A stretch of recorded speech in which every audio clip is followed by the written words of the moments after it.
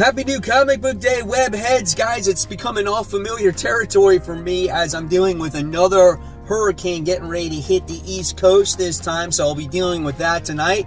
But first, I'm going to the comic shop, pick up my comic books, including my Death of Superman copies. I'm kind of afraid how many of those ones I put on my pull list, as they are quite expensive. I want to know in the comments below how many you picked up, and we're going to see what I get when I come out of there. This is Comic Book Corner 2.0. I'm Mike Spider Slayer, and you guys are back for another episode of Spider Slayer's Comic Book Haul. This is episode 557, the video series where I go in that local comic book shop, which is Comic Central, and I show you everything that I pick up. If you guys are ever in the Central Florida area, go ahead, stop by. Tell Mike Spider Slayer sent you. They got some great stuff for you to buy. All right, guys, let's dive into the mysterious black bag. Here we go, and let me tell you, holy crap, man, what a huge week. What a huge week. But I had a lot of store credit saved up, and it helped. But gosh, comic books are getting way expensive. It's getting insane. Here we go. Look at it. It's out of control. It's out of control. Oh my gosh, what an insane stack. So here we got some bags and boards. All right. So that goes there. And let's kick off this bad boy with the independents. First off, we got Spawn, issue 335. Love this cover. Very simple, simplistic, I guess, Spawn cover, right? Looks very good. Here's some of your interior artwork.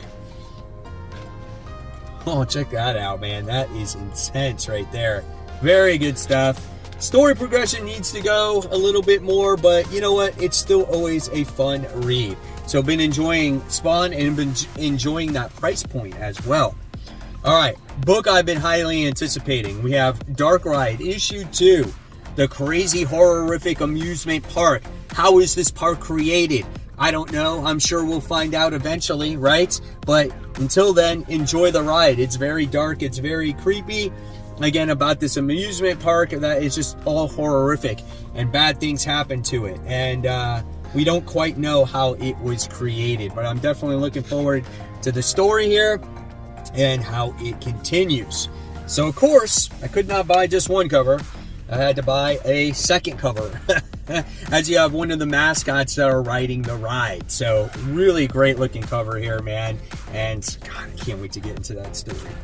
But there's not just one good independent book this week. There is another one. Do a Power Bomb.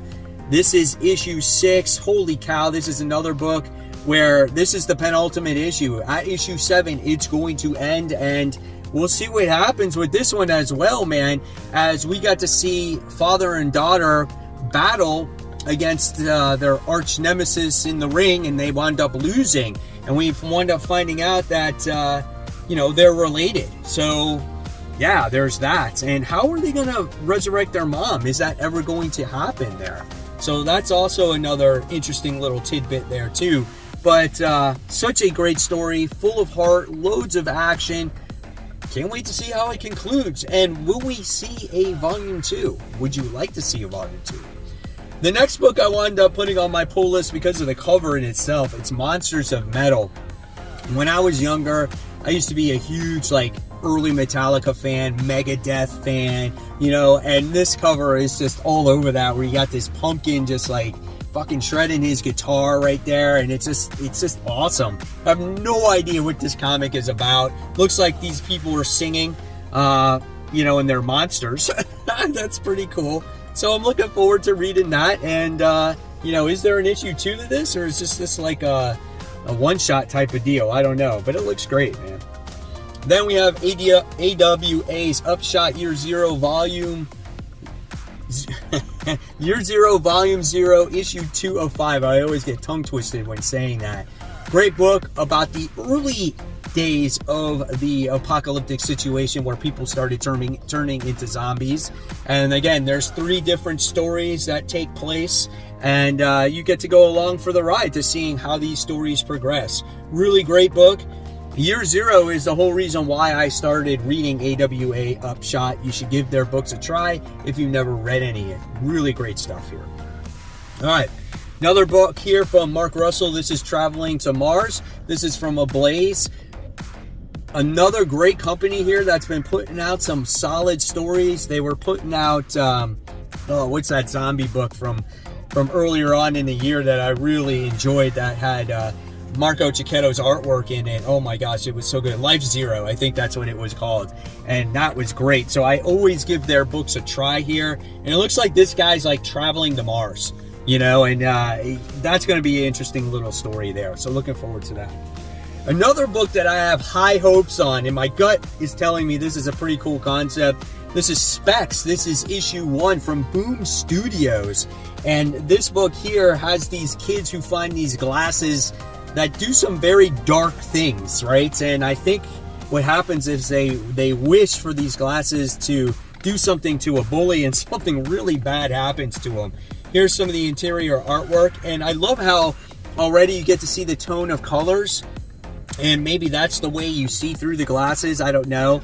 So I'm not sure, but it looks kind of cool there. I can't wait to see what this book has to offer. But again, it's dealing with high school kids being bullied, and how are these kids going to handle that situation. Could be a really good book, guys. All right, next we move on to Marvel here. We have End of the Spider-Verse Part 2 from Spider-Man issue 2. This is Dan Slott's new adjectiveless Spider-Man series. Right now we're dealing with all the Edge of Spider-Verse characters. Is this the true end of all these characters?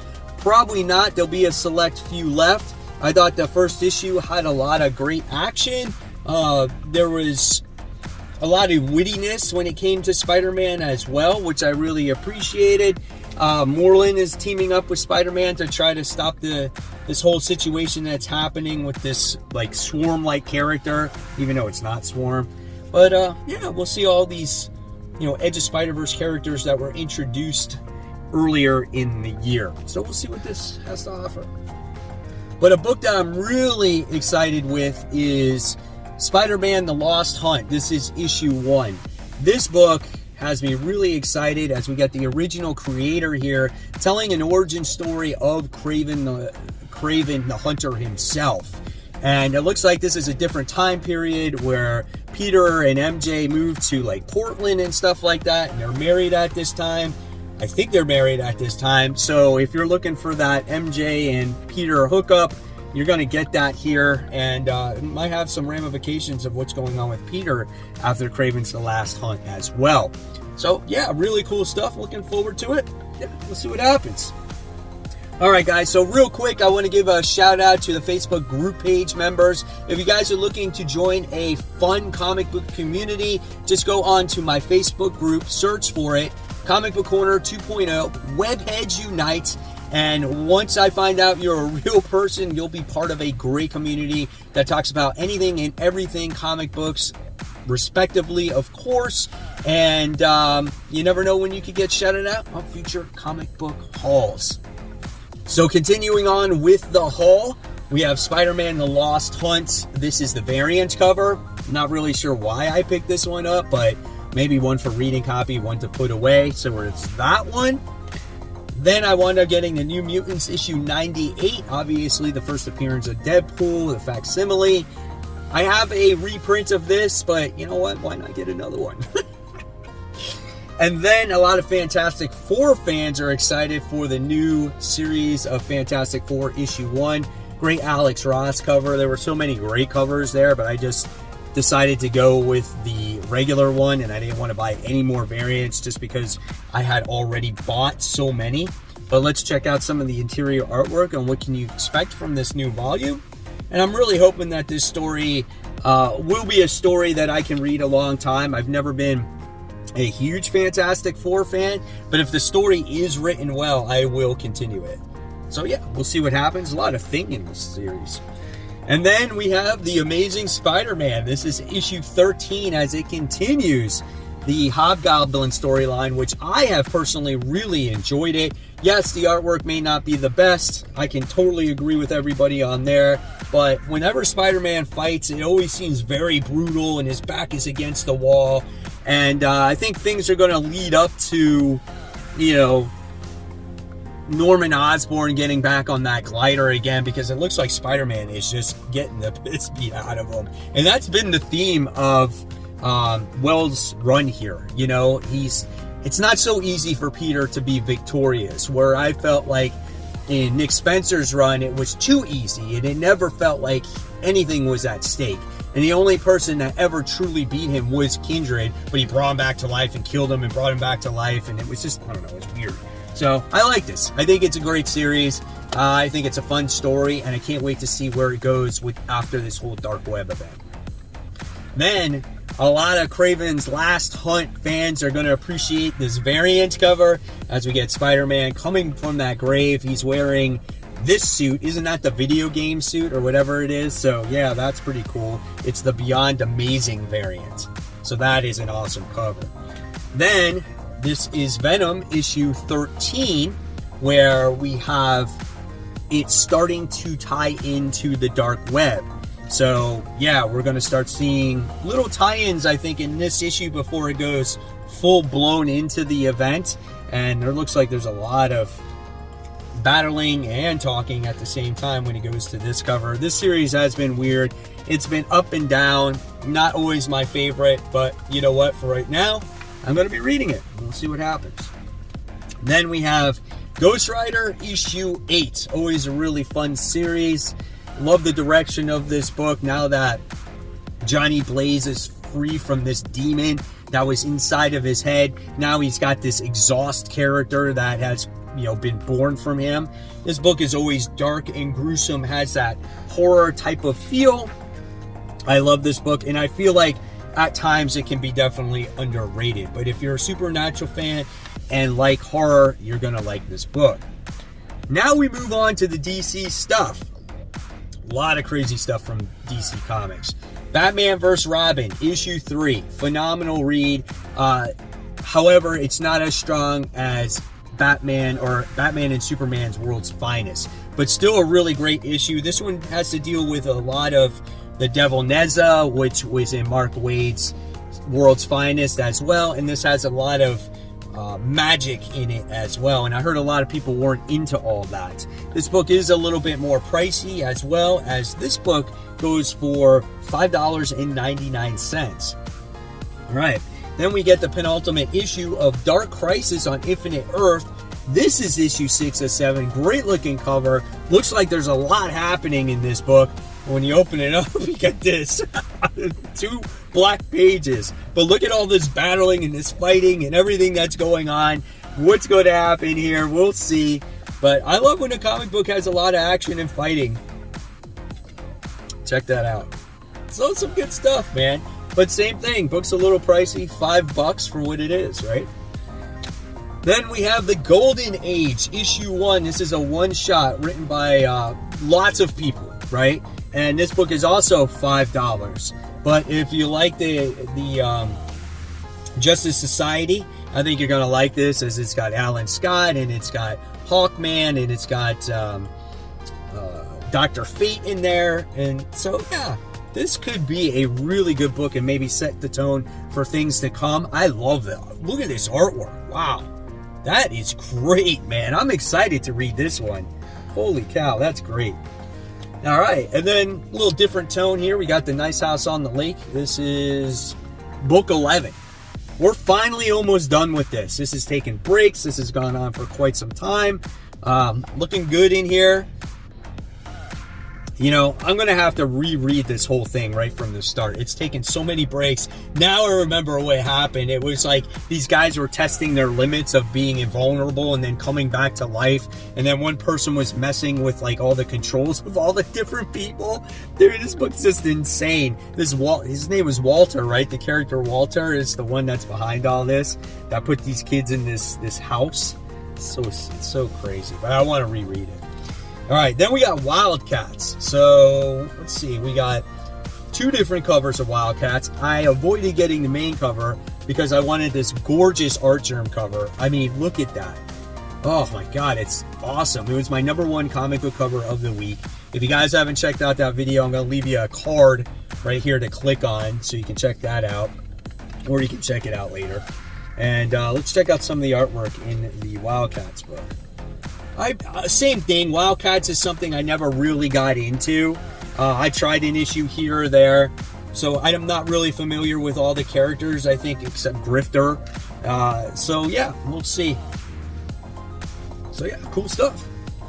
But come on, man, with all these 90s covers and these shiny covers and stuff like that, I had to get Wildcats, the shiny. Look at that. There's no sun out today because of the storm, but you can see it glistening a little bit, right? That 90s cover. And then you wind up getting Wonder Woman issue 793, not for the story, but for the cover. And I thought this cover was pink, and this is like a fluorescent, like orange. So I bet if you took like a black light to this, it would glow like crazy. Interior artwork, no idea what's happening in the story, guys. No idea. Never bought this book for the story at all. It's got nice artwork though, I could give it that. But yeah, that is a sweet looking cover. Then we wound up getting Batman Incorporated, which I did not want to buy. I did not like the first issue, but we got to get the shiny. It's like Pokemon, you got to catch them all, man. So yep, got this. I did wind up getting these books.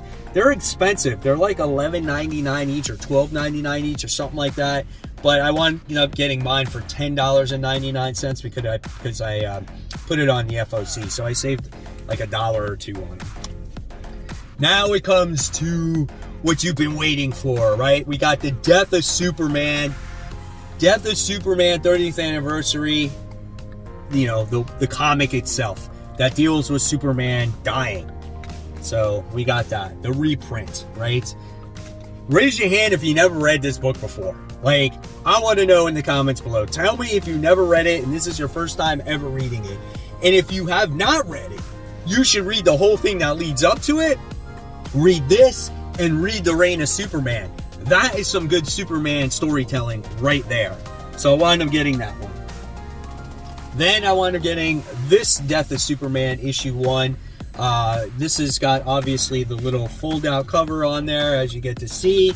And then it's got the overall story in here. So here we got that. So is that Doomsday or is that another Doom-like character? It is. He's got like 4 arms and shit. So we got that going on. So I'm really excited to read this. Okay. And then we get the oh, here's a random issue, Radiant Black. It's on the very bottom.